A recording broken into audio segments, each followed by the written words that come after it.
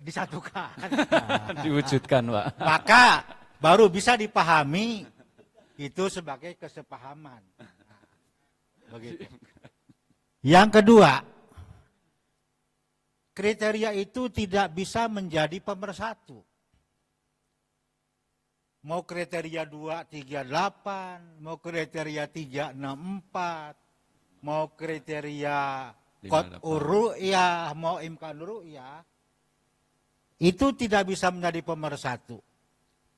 Yang bisa menjadi pemersatu, kata ulama, ya, katanya begini, lau asbata mukhalifun al-hilala lazimanal amalu bimuqtadha isbatihi. Apabila yang mempunyai wewenang isbat menetapkan berbeda dengan hilal yang dilaporkan lihat seperti tahun 92 Syawal, Syawal 93, Syawal 94, Syawal 98, 2006, 2007, 2011, ya kan? Itu kan dilaporkan, tapi yang punya wewenang isbat tidak berdasarkan hilal yang dilaporkan. Tetap kata ulama, lazimanal amalu bimuqtadha isbatihi. Wajib bagi kita mengamalkan isbatnya, bukan lazimanal amalu bi'lani ormasihi atau biikhbari ormasihi, tapi bimuqtadha isbatihi. Nah, di Arab yang Zulhijjah inilah yang ada setengah derajat, ada yang bilang 1 derajat, ya kan? Tapi itu diisbatkan juga sekalipun diragukan oleh Prof. Thomas. Iya kan? Diisbatkan oleh sana. Kenapa? Ya apalagi kalender Saudi sekarang menggunakan wiladatul hilal. Bukan menggunakan umur bulan 12 jam. Kalau menggunakan umur bulan 12 jam, mungkin belum masuk. Karena ijtima di sana jam 3 sore, ke maghrib baru dapat 2-3 jam. Tapi karena yang digunakan adalah wiladatul hilal sejak tahun 98 di Saudi, maka kemarin Saudi lebih dulu daripada di Indonesia. Itu apa? Karena isbatnya yang adalah isbatnya itu yang menjadi pemersatu. Kalau itu terjadi di Indonesia, ya kan, maka nggak perlu macam-macam kriteria. Gitu. Apalagi iklan dan ikhbar.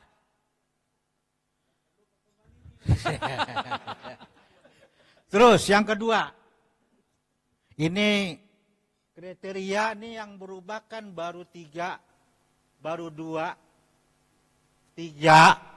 23 ya, 2 dan 3, ke-3 6,4. Itu yang baru berubah. Kita coba ingat bagaimana perubahan peraturan perundang-undangan di Indonesia berdasarkan sudut pandang ilmu perundang-undangan, ilmu taknin. Salah satu contoh perubahan Undang-Undang nomor 16 tahun 2019 tentang perubahan Undang-Undang nomor 1 tahun 1974 tentang Undang-Undang perkawinan. Itu perubahan.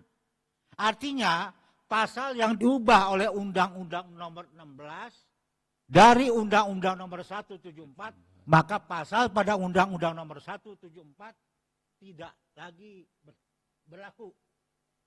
Umur calon mempelai perempuan 19. Harus 19, tidak boleh 16 karena sudah diubah dengan Undang-Undang 16. Begitu juga panitia nih apa ya, dengan garis panduan hilal Mabims, tolong diperhatikan. Garis panduan hilal mabims. Yang baru diubah baru kriterianya. Baru soal tinggi dan elongasi. Soal umur bulan, saya belum dengar ada perubahan kriteria. Kalau nanti tahu-tahu ada yang mengamalkan, loh ini kan umur bulannya 8 jam belum dihapus. Begitu kan? Dari ijtima itu. Itu kan bisa membuka kesempatan. Nah itu merupakan umur bulan 8 jam itu menjadi fathuz zari'ah juga untuk persatuan Indonesia ke depan. Nah itu yang soal kriteria. Jadi saran saya supaya ada keputusan dari jawatan kuasa penyelarasan ru'yat dan takwim Islam Mabims tentang perubahan garis panduan hilal Mabims selain masalah kriteria tinggi dan elongasi, tapi juga kriteria lain. Termasuk Brunei itu kan dulu sebelum berubah kriterianya oleh Brunei kan dia ikut Pelabuhan Ratu. Tapi sejak 2003-2004 Brunei tidak lagi ikut Pelabuhan Ratu. Nah di garis panduan hilal Mabims itu belum ada perubahan. Nah, jadi harus dibicarakan bersama-sama dengan anggota Mabims supaya ini benar-benar tertib gitu. Tidak lompat-lompat. Ini baru kriteria yang saya baru soal tinggi dan elongasi. Nah, kemudian yang Ustadz Arwin. Nah, KHGT. Ini kriteria Istanbul 78 oleh Mabims pada kertas kerja ketiga sebelum lahirnya garis panduan. Pada kertas kerja ketiga dikatakan kriteria Istanbul 78 tidak sesuai untuk kondisi ASEAN.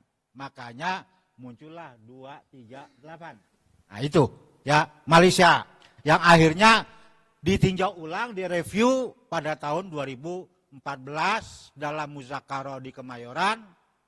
Setelah melihat perkembangan kok 2 derajat tingginya nggak ada yang bisa ada rekod, ada rekaman nggak ada, makanya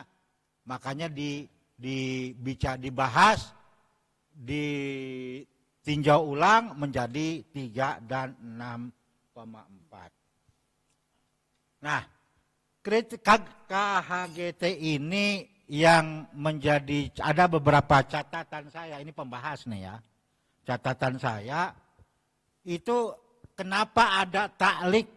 Ada taklik selama kalau istimak terjadi setelah jam 00, ada taklik selama istimak di Selandia Baru belum fajar.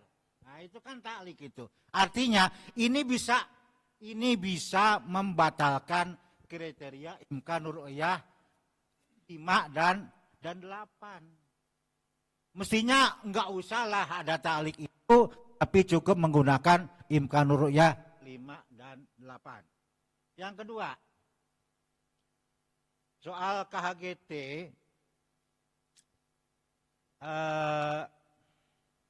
itu yang katanya ru'yat global dan sebagainya itu berdasarkan pendapat ulama-ulama dulu dan sekarang, itu kalau menurut pandangan terhadap teori Imam Malik itu adalah global idofi. Artinya apa? Itu global bagi yang tidak memerlukan otoritas.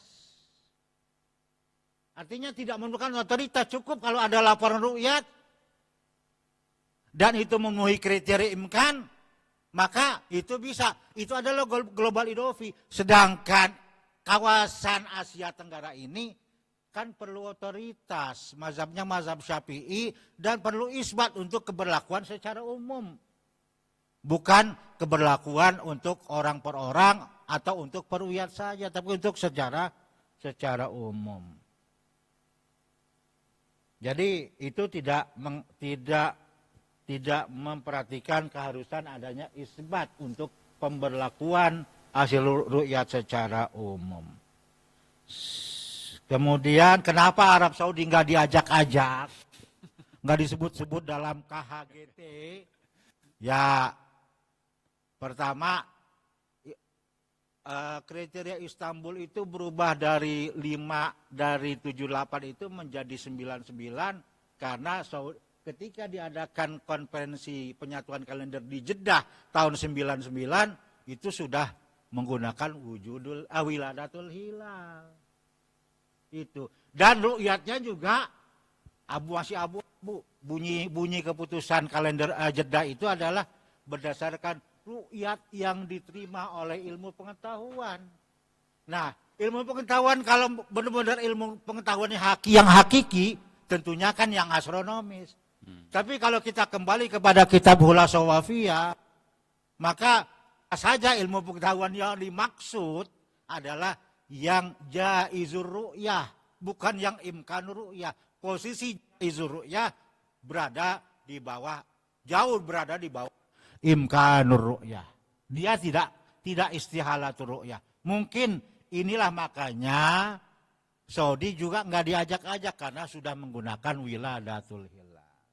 Itu saja sebagai yang Pak ini nih Pak Hafid, Dr. Hafid nih. Soal peci nih Pak. Ketika saya kuliah doktoral dengan Dr. Satria, itu ketika awal datang ke sini dari Mesir, dari Syria, Dr. Satria itu daya analitis kritisnya itu belum lihat masih pakai PC Pak. Benar. Tapi begitu dia buka PC semester berikutnya, kelihatan analitis kritisnya. Terutama dalam produk-produk peradilan agama. Itu Pak, makanya itu saya komentari yang Pak Hafid sampaikan itu. Mohon maaf, terima kasih. Assalamualaikum warahmatullahi wabarakatuh. Oke, selanjutnya monggo Pak Yai Selamat. Terus nanti terakhir Pak Khotib, terus nanti kita kembali ke